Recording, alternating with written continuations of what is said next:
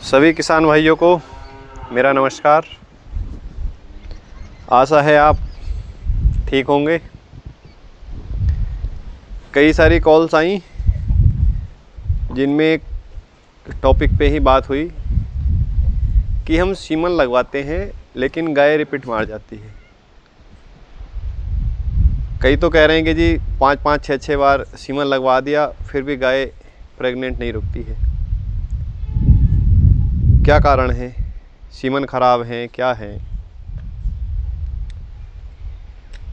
कुछ कह रहे हैं जी हम सेक्स सीमन जो लगवाते हैं 1200 से कम कोई नहीं है, 1200 से लेकर 10,000 तक का है और उसमें गाय बार बार रिपीट होती है तो बहुत नुकसान होता है। तो बात सही है सभी किसान भाइयों की। 1800, 1200 तो एक दो ही बुल का है सीमन, बाकी जो है सब 10,000 तक है 1800 से लेके। तो पहली चीज़ तो ये है, जो सेक्स सीमन है ये हम फर्स्ट टाइमर बछड़ी पे ही इस्तेमाल करें और वह भी उस बछड़ी पे जिसका वजन कम से कम 3.5 कुंटल हो। उससे कम वजन वाली पे ना करें। दूसरी चीज़ एक और है रिपीट होने का। मैं ये तो नहीं बोलूँगा कि कोई लोकल सीमन है या कंपनी का सीमन है, रिपीट तो हो सकती है, उसके अन्य भी कई कारण हैं।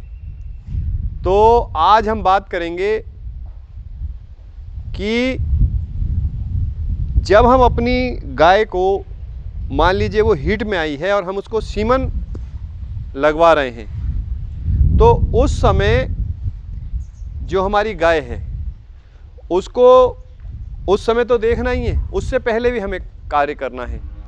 जैसे मान लीजिए हमारी किसी गाय ने बच्चा दिया, बच्चा देने के बाद में कुछ घंटे उसके लिए इतने इम्पोर्टेंट होते हैं जो अगले ब्यात के लिए उस समय हमें देखना होता है। पहली चीज़ है कि हमारी गाय ने बच्चा जो दिया है वो खींचना तो नहीं पड़ा, हाथ डाल के निकालना तो नहीं पड़ा। ये दो चीज़ अगर नॉर्मल गाय भी आ रही है वो बेस्ट है। दूसरा है बच्चा बाहर आ गया, उसके बाद में जो जेर है वो कितने घंटों में गिराई, उसने गिराई नहीं गिराई। तीसरी चीज़ है कि कुछ जेर रुक जाती है, वो कितने समय बाद बाहर आई। उसके बाद में लेके 10 से 15 दिन के बीच में जो मैला अंदर रह जाता है गाय उसका डिस्चार्ज करती है, वो प्रॉपर हुआ कि नहीं हुआ।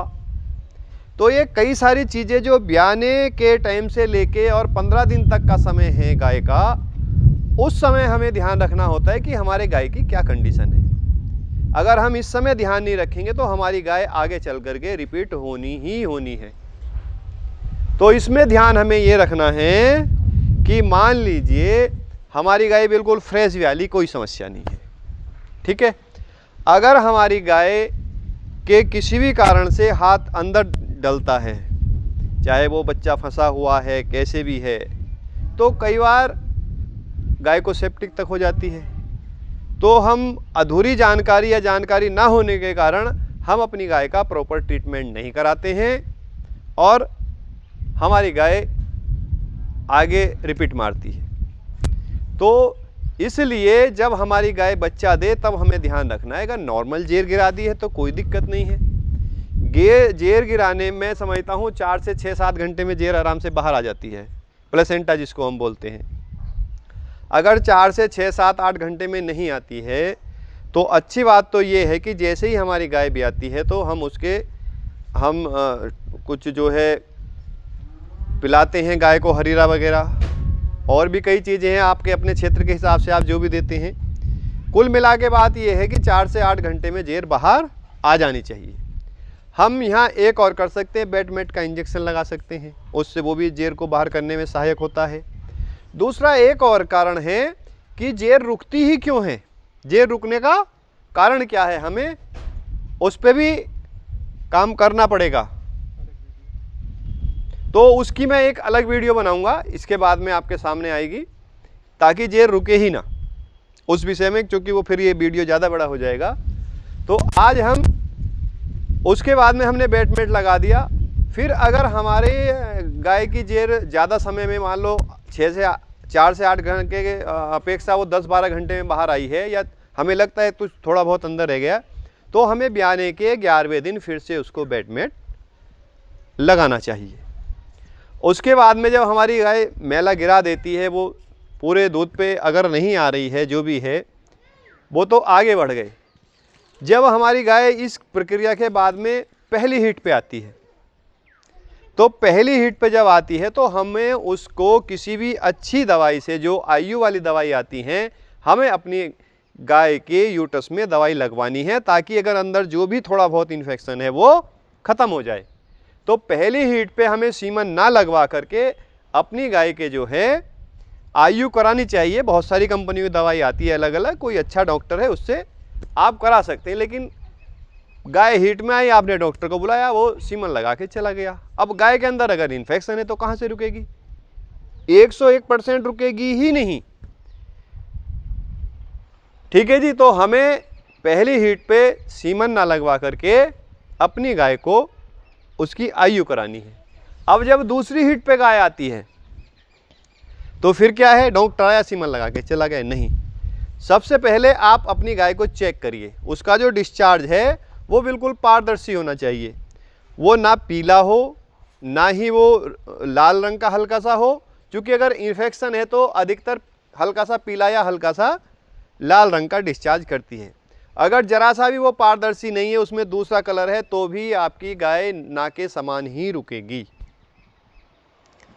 ये चीज़ अगर है तो हमें फिर से उसकी आयु करानी है। हालांकि जब हम एक बार आयु करा देते तो वो फ्रेश हो जाती है, होता नहीं है, लेकिन कुछ केस में अगर अंदर ज़्यादा इन्फेक्शन है तो ऐसा हो सकता है।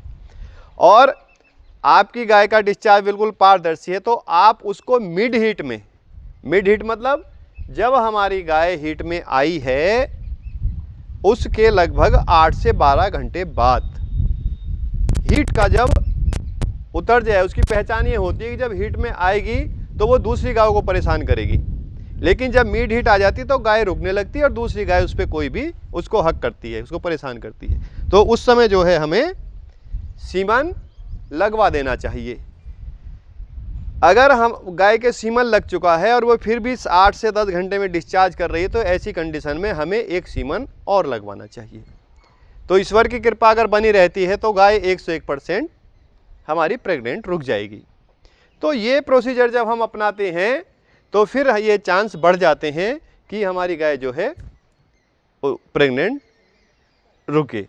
इसके साथ में हम एक, जैसे ही सीमन लगा तो हम एक इंजेक्शन और लगवा देते हैं, जो कई कंपनी का आता है अलग अलग। हम तो गायनारिच लगवाते हैं, तो गायनारिच और कंपनी का भी सेम साल्ट में आता है, किसी का भी आप लगवा सकते हैं। उसमें भी क्या है, वो जो अंदर गाय के है उसको थोड़ा शांत करता है, हार्मोन्स को, और जो अंदर फर्टिलिटी होती है उसमें वो सहायक होता है। तो अब हमारी गाय हैं, आप देख सकते हैं, एक आध गाय को तो ये तो थोड़ा बहुत चलता रहता है, अन्यथा सारी गाय जो हैं पहले या दूसरे नंबर में ही प्रेग्नेंट रुक जाती हैं, कोई दिक्कत नहीं है। तो हमें कई चीज़ों पे काम करना होगा, तभी हम डेयरी फार्म में सफल हो सकते हैं। तो आज के लिए इतना ही, और ये प्रक्रिया अगर हम अपनाते हैं तो मैं समझता हूँ हमारे पास रिपीटर गाय ना के समान रहेंगी। सभी किसान भाइयों को मेरा नमस्कार। जय हिंद, जय भारत।